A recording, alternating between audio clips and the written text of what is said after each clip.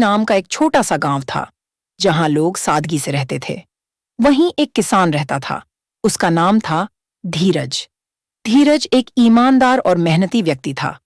उसके पास ज्यादा जमीन नहीं थी, लेकिन जितनी थी उसमें ईमानदारी से खेती करता और अपने परिवार का पेट पालता। धीरज खेत से थका हारा घर आता है। लक्ष्मी दरवाजे पर खड़ी होती है। लक्ष्मी, आ गए जी। हाँ लक्ष्मी, आज तो खूब मेहनत हो गई, कमर टूट गई जैसे। बहुत भूख भी लगी है। हाँ, खाना भी तैयार है। अच्छा, जल्दी देना। पहले हाथ मुंह धो लो, फिर गरम गरम रोटी देती हूँ। आज तो बैल से ज्यादा मैं ही हल चला आया।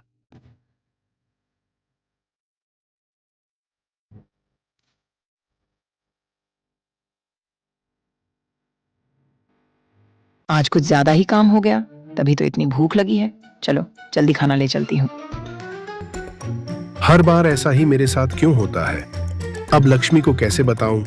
समझ नहीं आता। लक्ष्मी थाली लेकर आती है।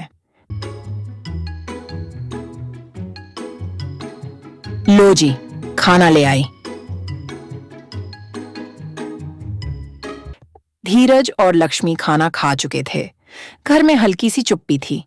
तभी धीरज ने बात छेड़ी। लक्ष्मी, सोच रहा हूं इस बार भी हमारी फसल ठीक नहीं हुई। देखा तो था, खेत सूने सूने से लग रहे थे। बाकी गांव वालों की फसल तो अच्छी हुई है, पर अपने खेत में पता नहीं क्या कमी रह गई। किस्मत का खेल है जी, हर बार एक जैसा नहीं होता। तो इस बार भी शायद तुम्हारे लिए नए कपड़े नहीं ला पाऊं। कोई बात नहीं जी, घर चल रहा है वही बहुत है। हम अगली बार ले लेंगे। लेकिन मुझे लगता है हमारे खेत में जो पेड़ है ना, उसमें कुछ गड़बड़ है। कैसी गड़बड़? मैंने गांव वालों से सुना था। कुछ साल पहले गांव में कुछ साधु लोग आए थे। वो जब उस पेड़ के पास से गुजरे तो उसकी एक डाली से टकराकर नीचे गिर पड़े थे। गिरते ही उनमें से एक साधु ने गुस्से में उस पेड़ को श्राप दे दिया। तब से उस पेड़ के पास की जमीन पर कोई खेती नहीं करता। तो तुझे लगता है इसलिए हमारी फसल खराब हो रही है? हाँ जी, और शायद इसी वजह से वो जमीन हमें इतनी कम दाम में मिली थी। नहीं लक्ष्मी, मैं इन बातों पर यकीन नहीं करता। ऐसा कुछ नहीं होता। वो जमीन तो बरसों से सूनी पड़ी थी, इसलिए मिट्टी कमजोर हो गई होगी। देखना, इस बार अगर मेहनत सही से करें तो फसल भी अच्छी होगी। अगले दिन सुबह धीरज फिर खेत की ओर निकल पड़ा। आसमान में हल्की धूप फैली थी और हवा में मिट्टी की खुशबू थी।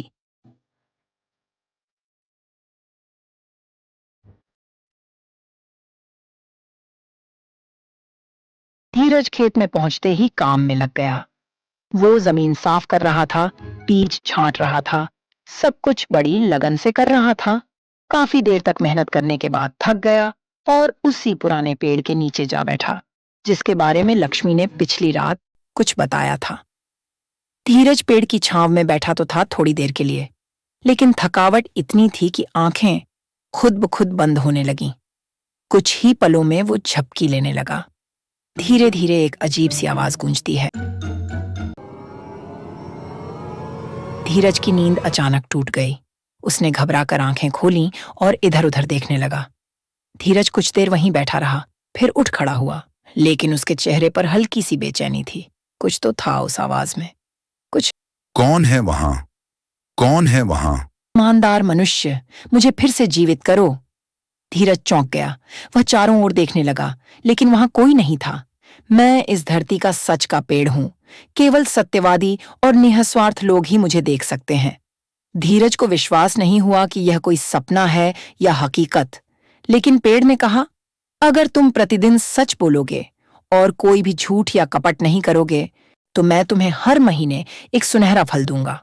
उस फल को बेचकर तुम अपने परिवार की गरीबी मिटा सकते हो।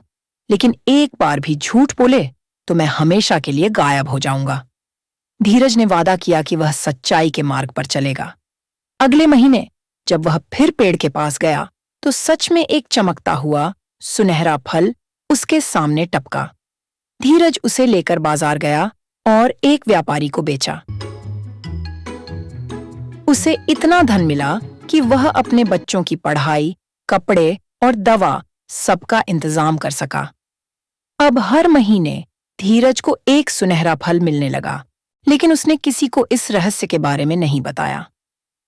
लालच की छाया। गांव में एक और किसान था, मंगलू। वह धीरज से जलता था, क्योंकि अब वह पहले से अधिक खुश और समृद्ध दिखता था।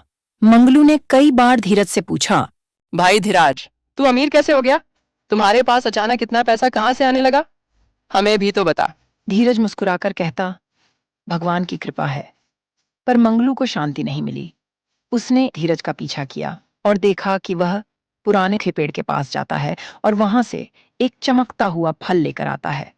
अगले दिन मंगलू खुद पेड़ के पास गया और बोला, हे पेड़, मुझे भी फल दो, मैं भी मेहनती हूं। पेड़ से कोई आवाज नहीं आई। मंगलू ने जोर से कहा, मुझे भी उतना ही फल दो जितना धीरज को देते हो, मैं और भी ज्यादा मेहनत करूंगा। तभी पेड़ से भारी और गूंजती आवाज आई, तू लोभी है, कपटी है, सच्चाई के मार्ग पर चलना सीख, तभी मिलेगा फल। मंगलू गुस्से से भर गया। वह गांव जाकर लोगों से झूठ फैलाने लगा। धीरज उस पेड़ पर कुछ काला जादू करता है, हमें उसे रोकना चाहिए। गांव वालों ने पंचायत बुलाई। मंगलू ने सबके सामने कहा कि धीरज काले जादू से अमीर बन रहा है। पंचायत ने धीरज से पूछा, क्या तुम कोई तंत्र मंत्र करते हो? धीरज ने कहा, नहीं, मैं केवल ईमानदारी से जीता हूं। न मैं जादू जानता हूं, न कोई झूठ बोलता हूं। गांव वालों ने मांग की, हमें वो फल दिखाओ। धीरज ने अगले दिन सबको पेड़ के पास बुलाया। सबको आश्चर्य हुआ कि जैसे ही धीरज ने पेड़ के सामने सच्चाई से सिर झुकाया, एक सुनहरा फल फिर से टपका और एक आवाज आई, जो सच्चे होते हैं, प्रकृति भी उनके साथ होती है। मंगलू शर्मिंदा होकर सबके सामने रोने लगा। उसने धीरज से माफी मांगी। धीरज ने मुस्कुराते हुए उसे माफ कर दिया और कहा, भाई, सच्चाई का फल धीमे पकता है, लेकिन सबसे मीठा होता है। गांव की नई दिशा। इसके बाद धीरज ने वह फल बेचना बंद कर दिया। उसने गांव के स्कूल में एक पुस्तकालय बनवाया, जिसमें सच्चाई, ईमानदारी और नैतिकता की कहानियां रखी गईं। पेड़ अब सूखा नहीं था, उसमें हरे पत्ते और फूल आ गए थे। लोग अब वहां डरने नहीं, बल्कि प्रार्थना करने आते थे। मंगलू अब धीरज के साथ मिलकर बच्चों को पढ़ाता और गांव के लिए काम करता।